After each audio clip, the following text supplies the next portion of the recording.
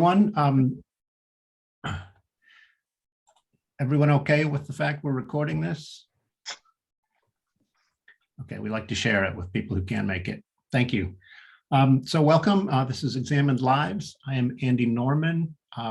This is a forum for exploring life's big questions in ways both philosophical and informed by evolutionary theory. Our topic today is prosociality and its problematic cousins. I think I want to try something a little different this time by using the breakout room feature to kind of get people warmed up. So if it's all right with you, I'm going to give you a couple questions to think about, break you into groups, and then we'll reconvene in 5 minutes to share what we came up with. Hope that's okay with everyone. It's kind of an experiment. You can let me know afterwards if you like this change from the typical routine. So yeah, if you have a pencil handy, here's a couple pretty basic questions to get you started, and then a slightly meatier one. First, does the word prosocial have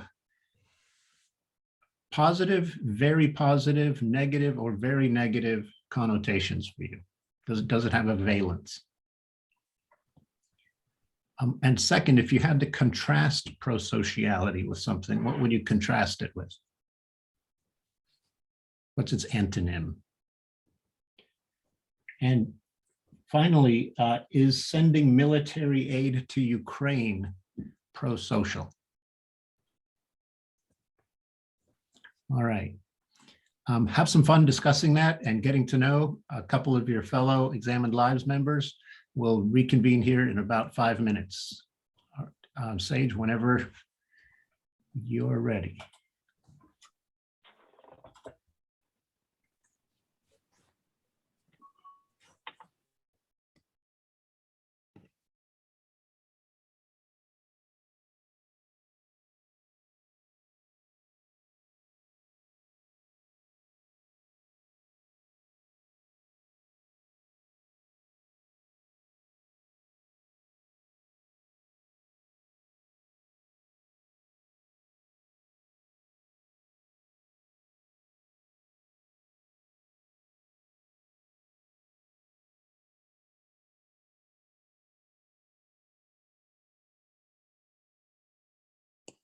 We need to put you in a room, Chris. I think I tried to do so. I think you're on mute. Are you just hanging out here, or?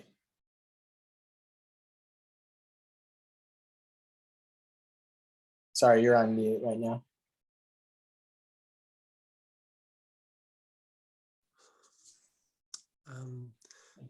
Yeah. So are you waiting to put me into the main room where everybody is? Is that what you mean? So I just gave you that. You see that? Yeah.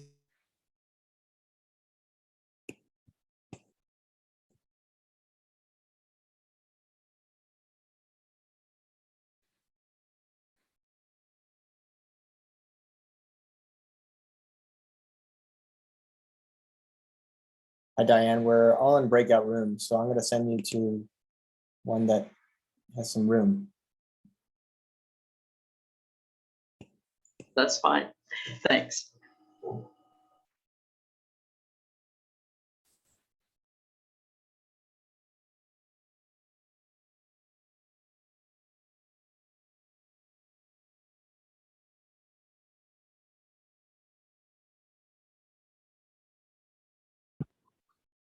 I think that's a very nice observation, Kathleen. Thank you. Let's see. Sage, would you attach a positive valence to the term prosocial? Yes, definitely. Definitely. Okay. Kathleen made a really interesting point just before you arrived about, in some contexts, sacrificing for the common good can actually work against a larger common good. Yeah, I think that's the riddle, right? Yeah. The level of what you define as, what level are we comfortable being prosocial with? We'd like to think that it should be the globe, but what do we really actually do and express? And when push comes to shove, I don't know. My inkling is that we are going to default to a nationalist level very quickly before it takes a lot of special conditions to get us to go beyond that, and far more parochial most of the time. But Interesting. Yeah. So how about your antonyms or your opposites? What would you say is the opposite of prosociality? maybe like manipulation or coercion. Hmm. Harmful or self preservation. Sort of selfishness, maybe? Yeah. I think of the term, I'm used to using the term in an evolutionary sense, prosocial, Yeah. in that to me it's a recognition or a recognition or a finding of that in the recent decades that evolution hasn't, that individual survival fitness criteria for evolution isn't as correct as we thought it was, and in that being prosocial for other than your, being prosocial, which Right. I guess means other than me, Yeah. is a survival mechanism, and group survival is important and so forth. So that's how Thank you, Rich. Yeah, that's terrific. And that actually helps to highlight, I think, what's going to be the central tension in any philosophical discussion of the word prosocial. On the one hand, it serves an explanatory function in evolutionary biology to explain the emergence of higher order collectives, and well-functioning collectives have adaptive advantages. And so prosocial behavior can benefit you indirectly by benefiting the group. But that explanatory role is not the same as the role as the exhortative role. So if we want to cling to our idea that prosociality is invariably a good thing, then that's not going to correspond, that notion of prosociality is not going to correspond perfectly with our notion of what helps the groups our ancestors happen to belong to thrive. That's a great way to put that parochial tendency. We're all stuck helping the groups our ancestors made or cared about. and not the other groups. Is Yeah. that what you're saying? Yeah. Yeah. It occurs to me though that the beauty of the multi-level selection theory is that it really focuses on what is the selection mechanism, and the level. And we're really talking about staying at one level of nested hierarchies. And the larger levels can be recognized and in action. I mean, that's where the cooperative and trust pieces come in. Mhm. This is all framed around living beings that have consciousness and awareness of one another. And so that is, I think, the beauty of the theory is that it does still emphasize cooperation and trust as higher level values that move the larger life collective together. That's my bias, that's why I was in mental health. I think there's a really one piece of how that actually comes to bear in like an idealized functional society, right? Let's picture all those levels are actually in balance, is actually a kind of mutual benevolence between these levels. It's not actually that it needs to be integrated in like a fully integrated hierarchy. It's actually that we can acknowledge this polycentrism, and you can think of any kind of ecosystem in which the resources are abundant. The animals, let's say, are not in direct competition in that sense. And so but they're benevolent to each other, and they can actually be completely self-interested within their own species without causing harm. So I think, but there's a balance there, of course, is that when conflict arises, I think that's where the push comes to the shove, and we will fall back at an existential way. And I don't know if we have ever developed safeguards to hold us into the higher level organization when we're under personal threat. I mean, it's hard to make that case even. I'm wondering if the adaptiveness of pro-social behavior varies from times of scarcity to times of abundance. Yeah. Probably. Oh, but- yeah, for sure. In some ways, scarcity is a driver, I think, of prosociality in a personal sense. You rely on each other, but it also is a driver of between group competition. So, Right. and between group competition is often cited as a way that in-group prosociality can arise for that very same reason. So it's very contextual. That's for sure.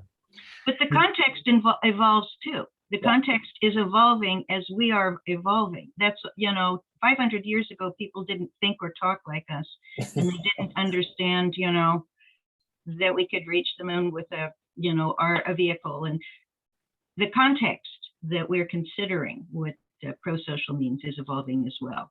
Mm-hmm. Hey, Sage, quick question.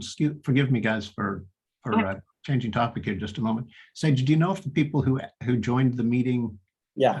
late I've been assigning them if they have been shunted into discussion groups? Great. Okay.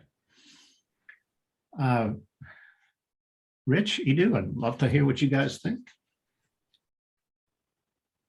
Oh, Edu, you go ahead.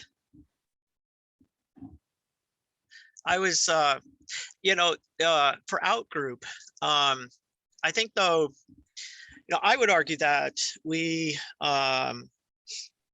avoid conflict without group. We avoid conflict everywhere. So the conflict's a waste of energy. It raises fear. We have plenty of mechanisms that want to, avoid conflict and stress. So I think to me, pro-social means that whether it's in group, out group, me, friends, whatever, it's everywhere. We should look at our evolution and our behaviors as pro-social to begin with at the basis. And conflict of any type is, it's expensive, it's energy, it's detrimental. Yeah. So we are pro-social across the board. And I like that point, and I'm tempted to spin it this way also. In some sense, we just kind of grasp at a gut level that harmony with our surroundings, harmony with those around us is fitness conducive, and that conflict stresses us and reduces our fitness. So not only are we conflict avoidant, we're harmony seeking. I wonder why we put, so much of science and discussion, begins with conflict, or, the assumption of conflict avoidance. I mean, it ought to be, we're harmony seeking. What kind of insights or, what kind of framework might result if we just started from pro-social.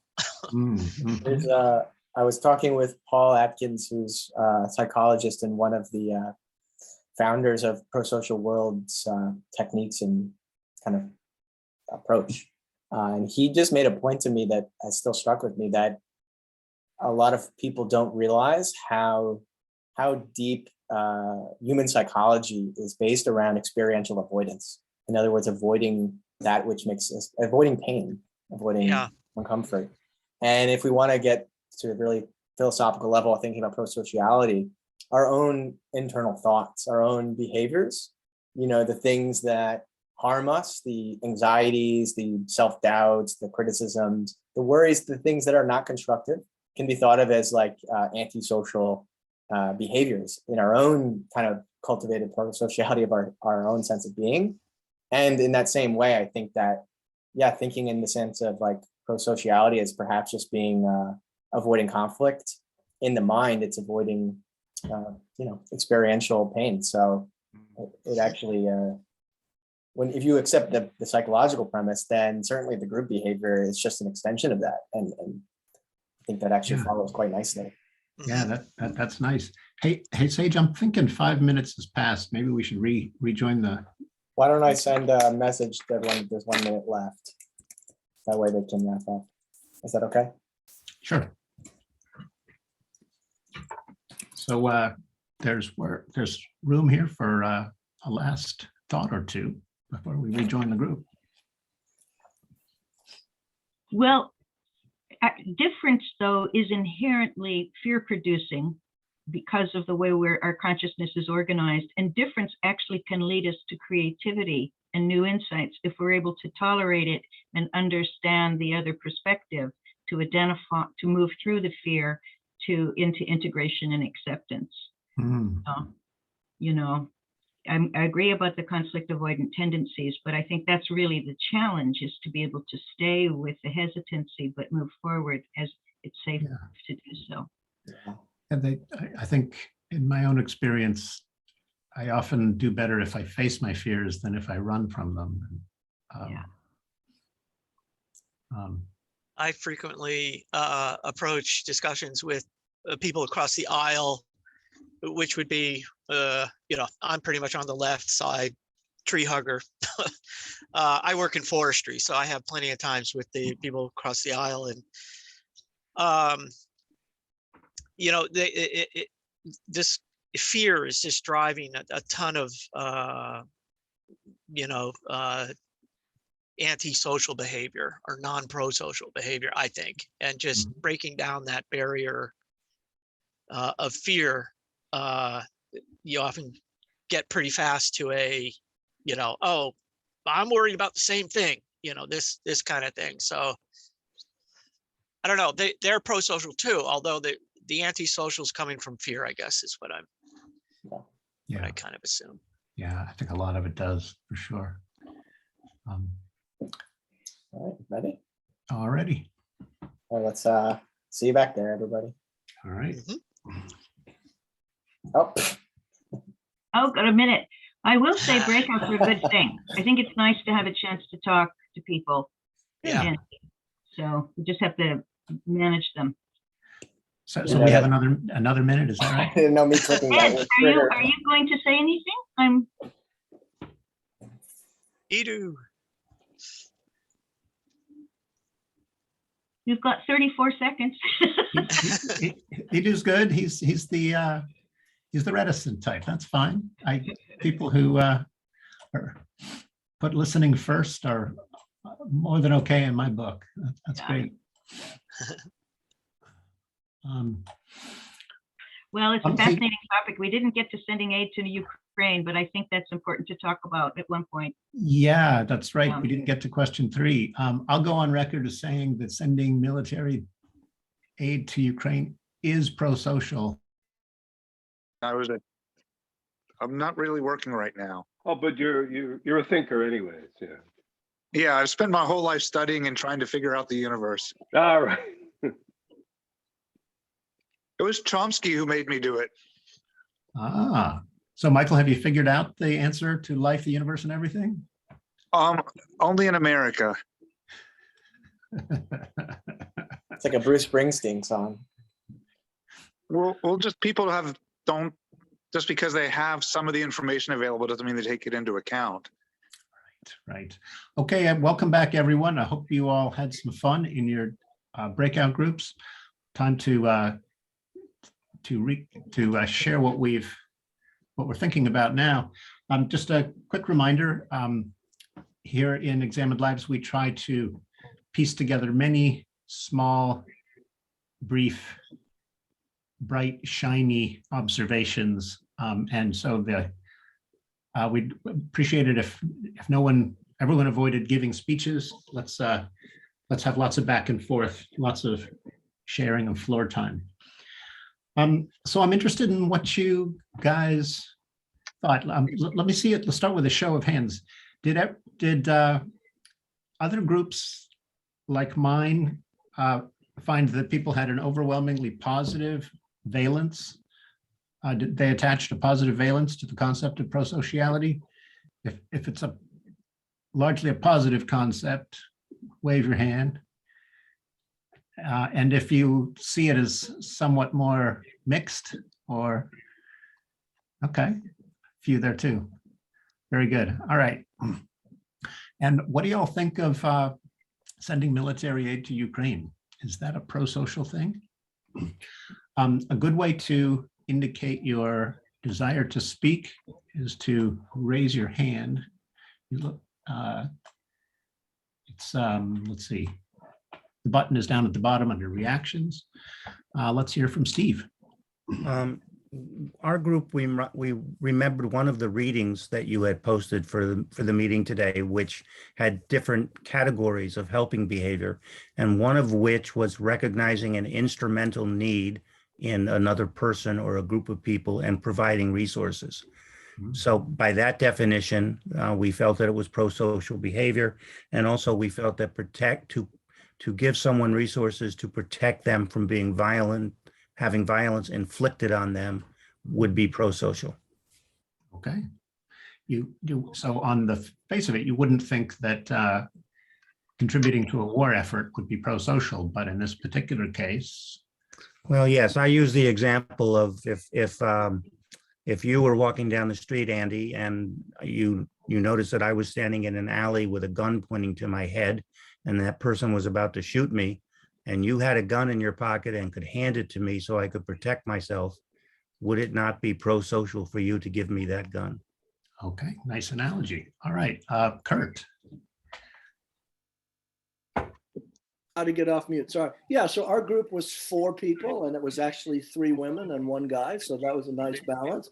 And we decided, yeah, we can't be naive. We don't live in a perfect world. And it seems now that when it comes to scales of behavior, we have relatively some more good guys and some more bad guys.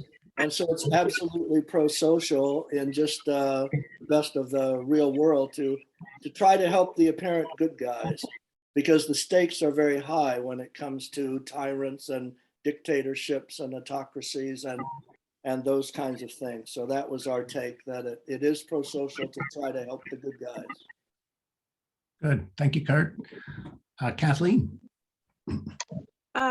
I think to the extent that a country is a dictatorship like run by Putin, it is far more dangerous to the environment and to the planet than not.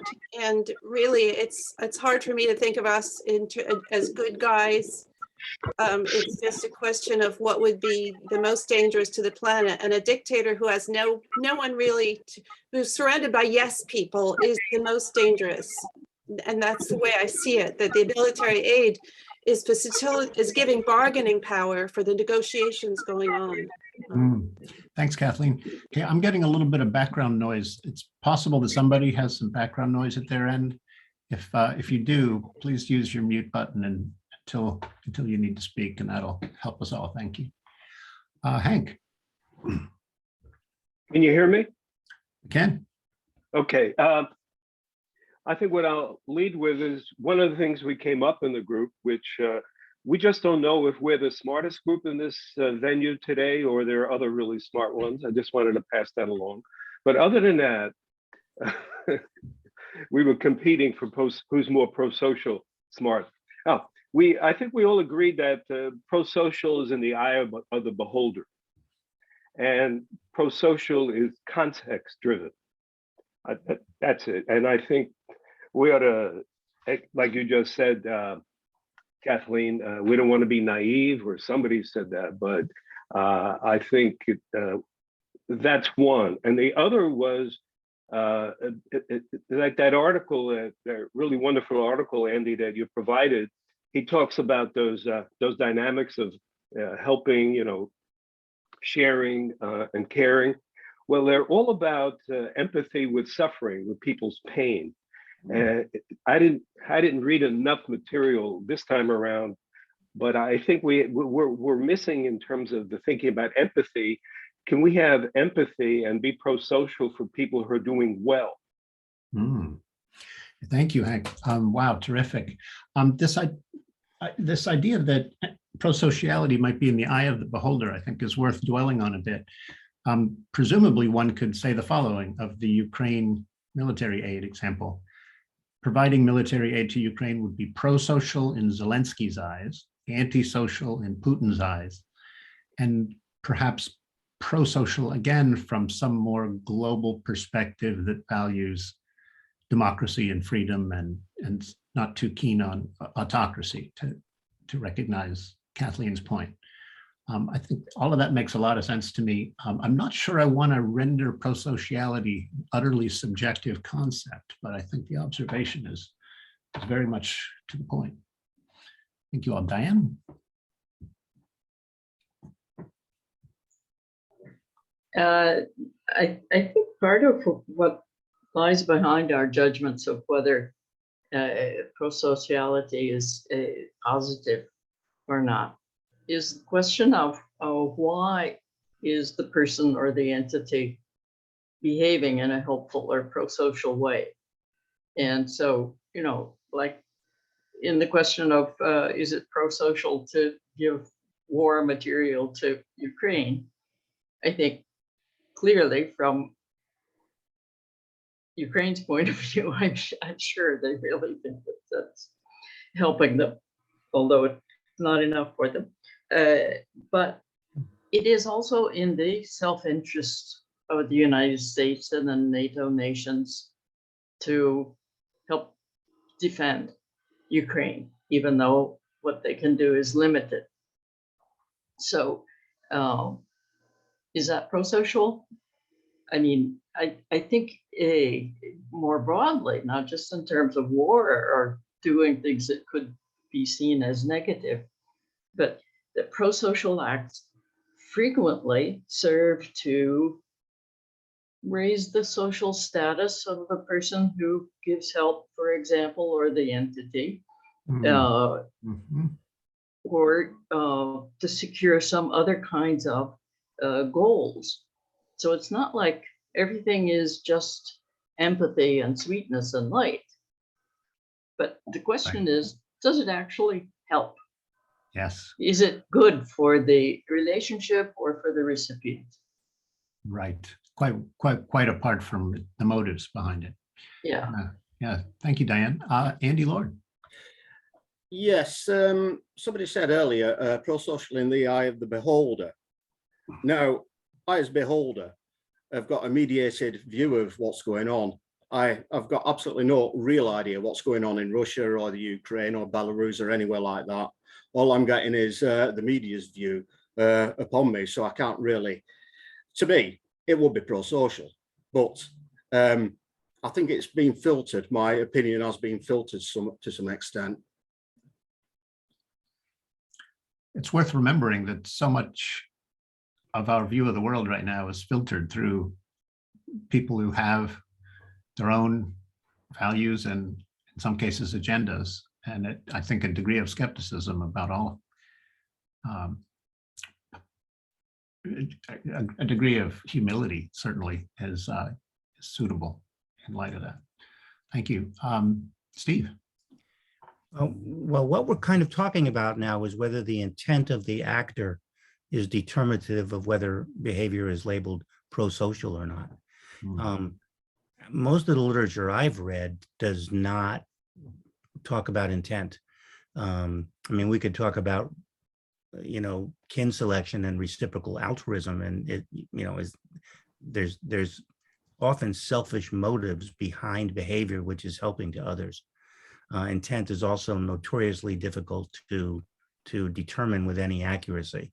So I guess I'll stake out a position here that we ought to stick to defining prosocial behavior in terms of behavior and its effect on the recipient, not on the intent of the actor, which is often multi-causal anyway. Thank you, Steve. Nice observation. Would you say that it's only the effect on the intended recipient that matters, or what about other effects on the larger collective? Would those help to deter? I mean, I think one of the upshots of our earlier conversation is that if a behavior harms others, even if they weren't even the intended recipient, that could undermine a claim's an action's claim to be. If I help you, but by helping you, I add to negative effects for other people, simultaneously the behavior is prosocial and not prosocial. That might be a good way to think about it. I like that suggestion. Hank? Yeah, I will ask this question. If is this pro-social that we want to avoid a nuclear war? And if that's a definition of pro-social, can we just think about that? That's pro-social, right? We want to avoid a nuclear war, and let's let the Ukrainians, get bombed, and we can't help it. They have to pay the price for avoiding a nuclear war. It's kind of, you philosophers will know these philosophical questions about how do you make your moral decisions, but that's my thought about it. Mm-hmm. Kathleen? I think that the question's complicated because if Russia takes Ukraine, what's to stop it from continuing? And I guess at what point is it always better to just take the risk of somebody infinitely advancing over Europe or not? Mm-hmm. Here's a question for you. I want to stir the pot a little bit. By the way, give me with a nod or a shake of the head, how many of you liked having the breakout rooms? Did you enjoy that? Kind of creates more floor time, right? So, okay, we may be using those more in the future, possibly even later in this session. But here's a question to kind of stir the pot and get you thinking. Can a unifying myth, can perpetuating a unifying myth be pro-social? Or is the best way to think of something like that, the way Steve talked about it, it's pro-social in one sense and antisocial in another? Bob? For me, the answer is yes. I like to refer to it as a beneficial belief, and I do believe it depends on where your society is on a spectrum. If you are a tight society, an extremely tight society, pro-individual, so not pro-social, pro-individual might still be beneficial to the society. If you are in an extremely loose society, a unifying myth, a beneficial belief that has the effect of being drawing your society to a more cohesive state, I think that is pro-social and can be beneficial. Mm-hmm. Very good. Kathleen Walsh, let's go with you next. Well, what I like about the whole pro-social perspective, it's systemic. And if you can hold the eighth principle, design principle in mind, relationships with other groups, a unifying myth, of course, is very good for bringing a group together. But it's when you get to the point of relationships or networking with other groups that the strength of the myth to transfer, to keep the network going, is weaker or greater depending on its appeal and value to the other groups. So, and to add to that, Kathleen, I like that. A unifying myth may work very well in the context of bringing say, a loosely knit society together, but then you've always got these sub-tribes that are interested in finding the truth. And those myths, to the extent that those myths impede the search for truth, they're gonna have costs or on the other side. Chris.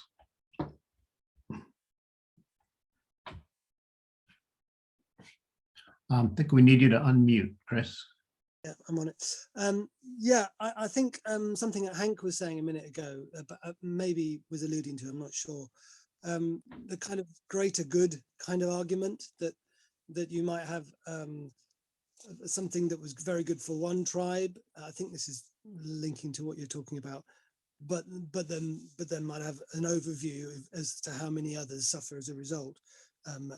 Whether that helps to very difficult to calculate, of course, but whether that is worth considering. Pardon, forgive me. Could you run that by me again? Yeah. I think my point was trying to build on what Hank was saying, I think relating to greater good. so that if you're looking at trying to almost like make a sum out of who suffers and who benefits from the myth that you're telling, or from the overall group. So like in the Ukraine situation, with as to how many people suffer, how many people benefit, does that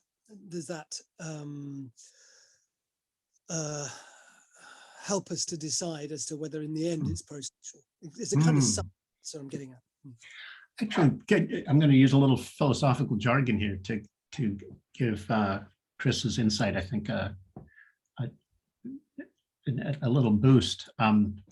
People familiar with utilitarianism or consequentialism, that's the idea that the best action is the one that maximizes overall benefit to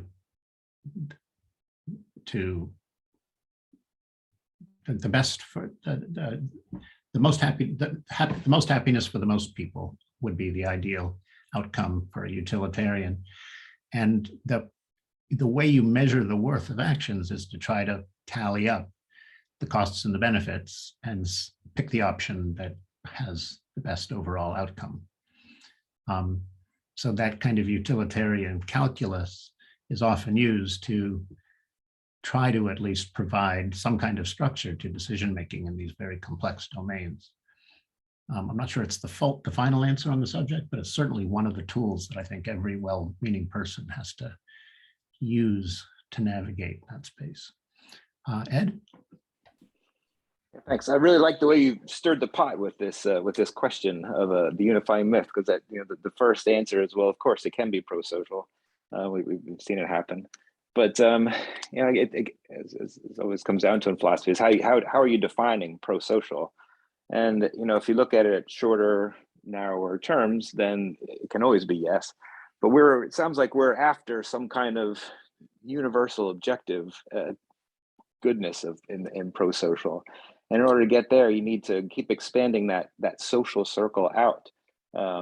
As Peter Singer expanded the moral circle of concern out to all of humans, and many others are trying to push that out to all life and over evolutionary time frames. So looking forward as far as you can go as well too. And according to that kind of hurdle or barrier, you would almost, I would say that that the unifying myth would almost never be pro-social. That will always be a barrier to looking at that fullest long-term good, and it would be hard to overcome that. So I'll stir the pot and say no, they're never pro-social. It's interesting to me that I actually really appreciate that, Ed, because I think you've just expressed something I've been trying to articulate to myself. But both David Sloan Wilson, head of ProSocial World, and the host of Hidden Brain, whose name I'm temporarily escaping me, has written a book about the importance of unifying myths. But you've crystallized for me why there are almost always hidden costs associated with unifying myths. That's right, and I mean, I think I've read David's paper on the heirs versus the mores, and the one is the mores are models of reality, and the heirs are adaptive fiction, something basically, and that. So yes, of course, those adaptive fictions or the myths, as you were talking them earlier, have evidence of being beneficial, but again, only in the short term. I mean, in the long term, everything's dead. So it's hard to know where you're drawing that line of when is it good and when is it no longer good. But yeah, looking at it as long as possible from the view from nowhere, as philosophers like to take, that then you would get to the point where you would say no. Even if it was beneficial for a time, for that group, for that period, overall it was not. Sorry. Interesting. Vivek, jump in here, please. We in the case of Indian Union, we see there are several unifying myths but at a large subcontinent level, there are small national groups who are at a losing end when it comes to unifying myths. So that's where we call for the need for unionalism, not only nationalism. We need unionalism, because India as a subcontinent is not a single nationality. It has several nationalities in the language dimension and other cultural dimensions also. So there could be several small identities. They can have their own unifying myths. So we need to give room for everyone to have their own unifying myths, and also at larger scale also we could have a meaningful unionism attitude, unional attitude. So that's the need we have. Nicely put, Vivek. Thank you. I think I would go support that recommendation, especially if we could ask everyone to hold their unifying myths loosely to the point where they don't automatically create identity protective reactions when dealing with other groups, right? Hank.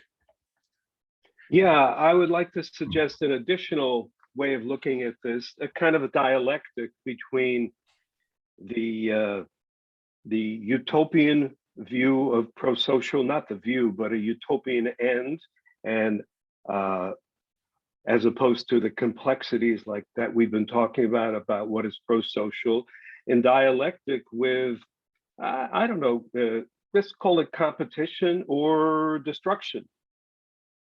And that whatever maybe somebody's come up with, what that dialectic is, if we give it a name here, and probably everybody here could come up with something, and we can send it out to the world. But there's a dialectic, and there's, I don't know what you do, how you bring hope when you think of things as a dialectic, Interesting. So yeah.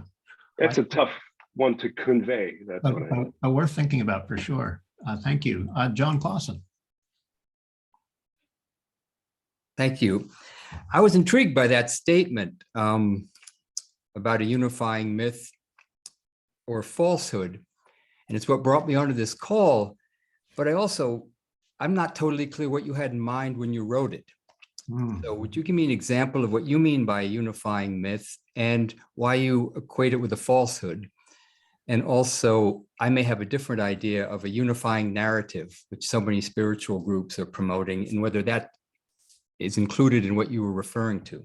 Yeah, well, let me see if I can come up with a couple examples. I would classify this as a unifying myth. We Jews are God's chosen people.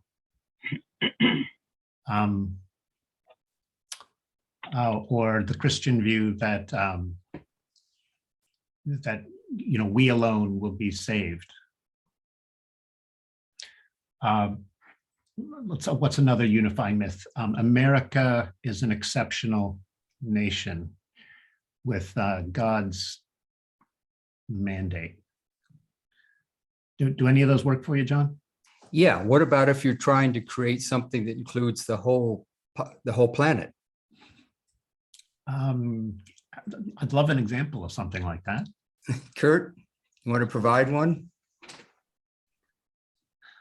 Yeah, actually, my comment was going to be that kind of the meta thing that's going on here is that one way or another, our planet seems to be moving out of all of its silos of culture, language, and backgrounds, and inevitably towards some type of accommodational or visionary whole world view or understanding of who we are as a planetary culture.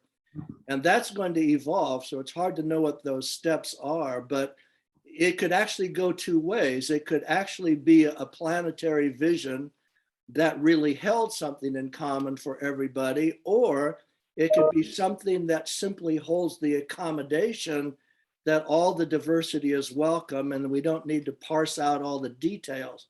But I think the understanding that so many thinkers today that we're inevitably moving into this period of trying to articulate a planetary worldview that serves the entire planet culturally is really what we're a part of as a meta phenomenon. So That would be my comment. That's really nice. The one person I'm aware of who's articulated planetary ethics is the late Paul Kurtz. I forget if he called it planetary humanism, but I think he meant to include other sentient creatures for sure. And I know he has a concern. He had a concern for the health of the ecosystem as well. So I think he has a book that begins to articulate what a planetary ethic like that would look like. I love the suggestion. In fact, any narrower, any attempt to draw the circle of moral concern more narrowly seems to me to be palpably problematic in this day and age. So I really like what you guys are saying. Steve. Just to remind ourselves here of human evolution, which is ostensibly the lens we should be using as often as we can in this group to discuss things.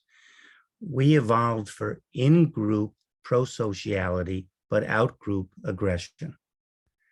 And Peter Singer's work on the expanding circle basically is saying that the way we become, the only way we're going to be not aggressive towards outsiders is by expanding the definition or the circle of who we consider to be like me and in the in-group. In terms of myth making, myth making, to repeat my comment earlier about an action can be pro-social for one person and not another. It can be pro-social for one group and not another group. So a unifying myth might help my in-group become more unified, but that myth also might provoke out-group aggression. And I think we could look at what's happening with Russia and Ukraine right now as a perfect example of that. Yeah. And although the discussion we're having is really interesting, I think we've expanded a discussion about prosociality beyond the borders of what the concept was intended to discuss and what it can bear. Yeah, let me ask if I understand you on this, Steve. I love what you're saying, if I understand it. But the concept of prosociality that emerged from the evolutionary literature had a particular explanatory role. And yet the concept has such positive connotations for so many that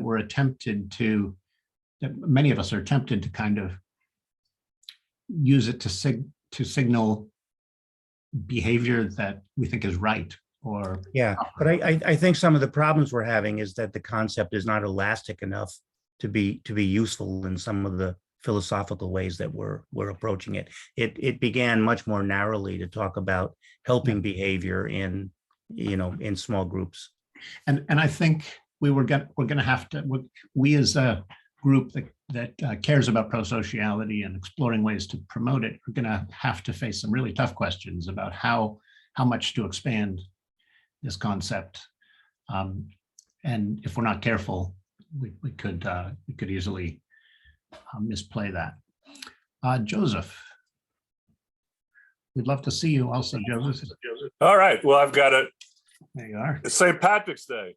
Hey, happy St. Patrick's Day. Am I being pro-social awareness or not? Absolutely, absolutely. Thank you. All right, I mean, there's a lot of, you know what I mean, all this stuff. It's quite a history, right? So yeah, in America and elsewhere. All right, that's my wanted to bring a smile to your face. Thank you. Hey, I appreciate that. I love Top it. of the morning. Top of the morning. Let's all follow Joseph's example and inject that kind of thing into these proceedings more often. Very nice. Kathleen. Well, I was just thinking that I haven't been thinking of pro-social as a single concept because I'm more involved in the pro-social world facilitation training and bringing a systemic conceptual design around group behavior to groups that is captured in the phrase pro-social. But if we just try and stay with that polarity of it means this or that, we get into the polarities of is it good or is it bad. Within Ostrom's design principles is the element of self-governance And that also can be scaled from the individual up to the greater collective. And there's a balance point there in terms of self-governance that involves at least the recognition of inclusion. And that's been brought up with several different comments. You can't hold a single vision, you know, our vision or our group. Prosociality includes, you know, looking or listening or gathering what are the other views or other worldviews, the needs of the other groups, to, you know, at least try integrate that in the, you know, nested hierarchy of living systems. You know, it's so I think there is it's important to consider all the various checks and balances within a prosocial as a conceptual design rather than a single defined outcome. Yeah, thank you, Kathleen. For those of you who, Kathleen has actually taken the ProSocial Commons training, or ProSocial Commons Facilitator training, I think. Yes, yeah. For those of you who aren't aware, Examined Lives is one of the projects ProSocial World supports, but they're also working on this larger ProSocial Commons. We want to encourage you to become a member of the ProSocial Commons, and if possible, take the training that Kathleen did. She's brought some enormous sophistication that she's picked up, I think, from that training, and my guess is we could all benefit from that. Thank you, Kathleen. So listen, we're close to the end of the hour. I'm going to add one thought, hold our topic vote for next time, and then perhaps we can hear from one more person. So I mentioned that Paul Kurtz had a book called Planetary Humanism. I actually think that the work of Carl Sagan also represents a really profound contribution in that vein. I don't know how many of you are familiar with his book, Pale Blue Dot, but he was on the scientific team that sent the Voyager spacecraft out to the edge of the solar system. And it was his idea to turn the Voyager around and take a picture of the Earth from out beyond the rings of Saturn or something. And they actually captured a picture of the Earth as a single blue pixel on a black field of space. And Sagan has this marvelously poetic opening to the book where he says, see that blue dot? That's us. Everything you've ever cared about has taken place on that pale blue dot. Every war, every kindness, every this, every that. And he suddenly makes you realize in this really deep way that the parochial concerns of our everyday lives are many of them vanish in significance if you step back from the Earth and view it as a fragile ecosystem in a universe that's largely inhospitable to life, and preserving that ecosystem for future generations, I think would emerge as one of the paramount priorities of a Sagan's ethic. And I think that fits well with Carl, with Paul Kurtz's, and also with the gist of ProSocial World. Anyway, let's have our vote for next time. I'm going to suggest some possible topics, and we'll have our typical approval voting, which means you can use your raise hand function to signal your desire to discuss the topics in question. Choose as many as you vote for, as many as you like. Topic number one. I'm going to run through them all, and then we'll have our votes. Possible topic number one: work, necessary evil, unnecessary evil, or intrinsic good. I don't think I'm going to offer much explanation. I'm just going to let that. How should we think about work? Second possible topic, purity, disgust, and morality. What role does the disgust reflex or our desire for purity play in our moral judgment? How should we understand that? Do our disgust reactions to things distort our moral judgment or enhance our moral judgment?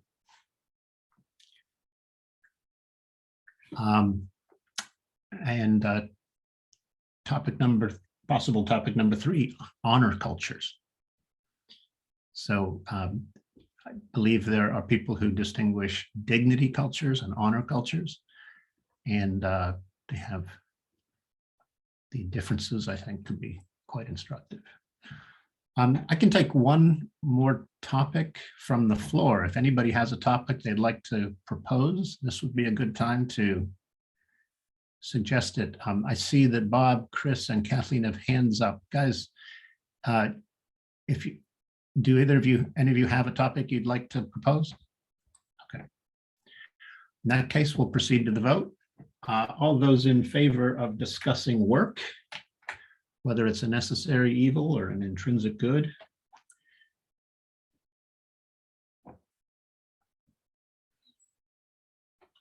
Sage, you're going to count for me, yes?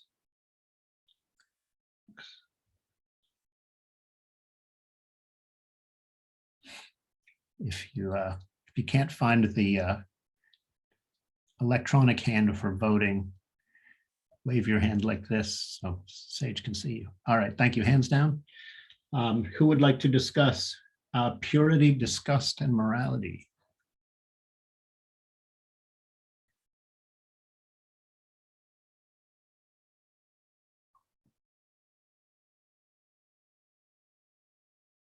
All right, thank you. Hands down. And finally, who would like to discuss honor cultures, dignity cultures, and the difference?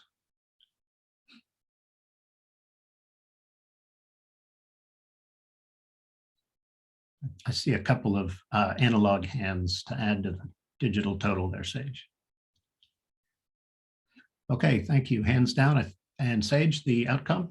Honor cultures. Honor cultures. Okay, that's what we'll discuss next time. I'm really pleased with the quality of the observations people brought today. Thank you very much for that. I think Sage and I are willing to stick around for a few minutes to chat if you have any final thoughts on our topic for today.